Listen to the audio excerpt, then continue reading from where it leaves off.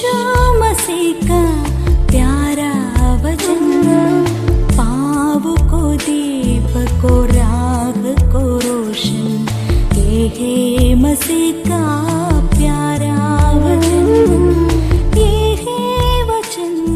परमेश्वर के धन्य नाम की महिमा हो। प्रभात मनन के सत्र 2228 में आप सभी का बहुत ही विनम्रता के साथ स्वागत करता हूं। ये आज के मनन के लिए हम पढ़ते हैं याकूब अध्याय 1 पद 26। यदि कोई अपने आप को भक्त समझे और अपनी जीभ पर लगाम ना दे पर अपने हृदय को धोखा दे तो उसकी भक्ति व्यर्थ है। मैं आपको एक बात प्रारंभ में कहना चाहता हूं कि परमेश्वर के वचन का अध्ययन मेरे अंदर एक अजीब सा आनंद उत्पन्न करता है।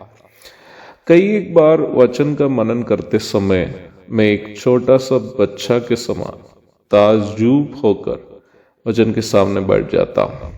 प्रारंभ में पढ़ी गई पद पर कल रात लगभग 11 बजे असम के नागांव में प्रभु की सेवा करने वाला प्रभु के दास एबी टॉम थॉमस के भवन में बैठकर मनन करते समय मैं ये सोच रहा था कि लगभग 2000 सालों के पूर्व याकूब ये पत्री की रचना करते समय वर्तमान काल के कपटतापूर्ण आत्मिकता के बारे में वो कैसे जाना। निश्चित रूप में आप भी इस प्रश्न का उत्तर अवश्य जानते हैं कि वास्तव में याकूब केवल उन बातें तूलिका से आलेख कर रहा था जो पवित्र आत्मा उसको बता रहा था। हम एक ऐसा जमाने में जीवन बिता रहे हैं जहां मसीही जगत में भी ज्यादातर लोग जीव का उपयोग को ही आत्मिकता समझते हैं। लोग एक ऐसा भ्रम में जीवन बिता रहे हैं कि ये सोच रखते हुए कि जीव लगाकर लोगों को भावुक करने वाले प्रचारक लोग या लोगों में उन्माद पैदा करने वाले प्रचारक लोग या मंच पर चढ़कर वाद्योपकरण के सहारे न्यू जनरेशन आराधना करने वाले लोग जिनका भी काम जीव का उपयोग है, या फिर अद्भुत चंगाई के नाम में कृत्रिम भावुकता के साथ लंबी लंबी प्रार्थनाएं करने वाले कपटी अगुवे लोग भक्त हैं। वास्तव में इस प्रकार के काम करने वाले लोग स्वयं भी ये सोचते हैं कि वे लोग भक्त हैं। प्रभु यीशु मसीह के समय के फारिसी, व्यवस्थापक इत्यादि लोग भी न्याय व्यवस्था के प्रचार प्रसार में लगे हुए लोग थे, तो भी प्रभु उनमें कभी भी खुश नहीं थे, क्योंकि वे लोग स्वयं को स्वयं धर्मी समझने वाले लोग थे। वे कभी भी वो काम नहीं करते थे जिसका प्रचार वे लोग करते थे। यीशु मसीह के बारे में समझाने वाली न्याय व्यवस्था के शिक्षक होते हुए भी वे यीशु मसीह के वैरी थे, क्योंकि उनका व्यवहार कभी भी व्यवस्था के अनुसार के नहीं थे। मैंने ये बात पूर्व में कई बार बताया था कि वचन सिखाने की मेरी क्षमता कभी भी मेरा आत्मिकता को तोलने का मापदंड नहीं है। मैं ये दावा नहीं कर रहा हूं कि मैं अच्छी क्षमता रखने वाला एक शिक्षक हूं, परंतु मैं उदाहरण स्वरूप कह रहा हूं, यदि ऐसी क्षमता मुझ में हो भी, वो क्षमता कभी भी आत्मिकता तोलने का मापदंड नहीं है।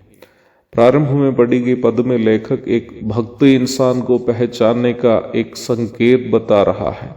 वह अपने जीभ पर लगाम लगाने वाला व्यक्ति होगा। जीभ पर लगाम लगाने का अर्थ क्या है?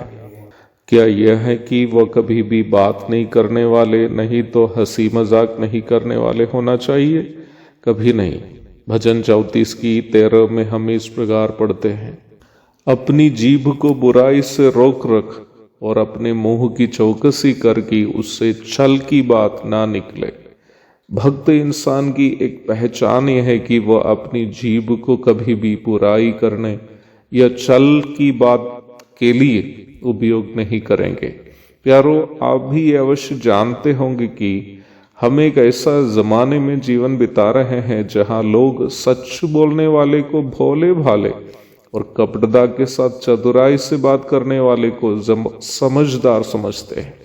लेकिन आप इस बात को कभी नहीं भूले कि परमेश्वर कपटियों पर नहीं बल्कि ऐसे लोगों पर खुश रहते हैं जो अपनी जीभ से निंदा नहीं करता है और न अपने मित्र की बुराई करता और न अपने पड़ोसी की निंदा सुनता है, परंतु खराई से चलता है और हृदय से सच बोलता है। भजन 15 की 2 और 3। हाँ प्रियो, प्रभु के नजर में भक्त वही है जो हृदय से सच बोलता है। वह इसलिए सच बोलता है क्योंकि उसकी चाल खराई से है और उसका काम धर्ममय है।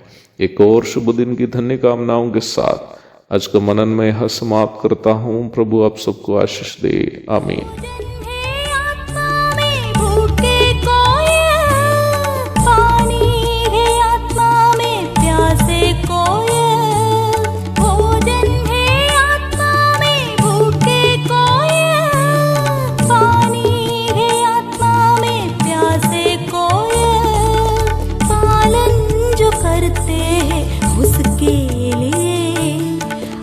आशीष पाने का साधन है यह, पालन जो करते हैं उसके लिए आशीष पाने का साधन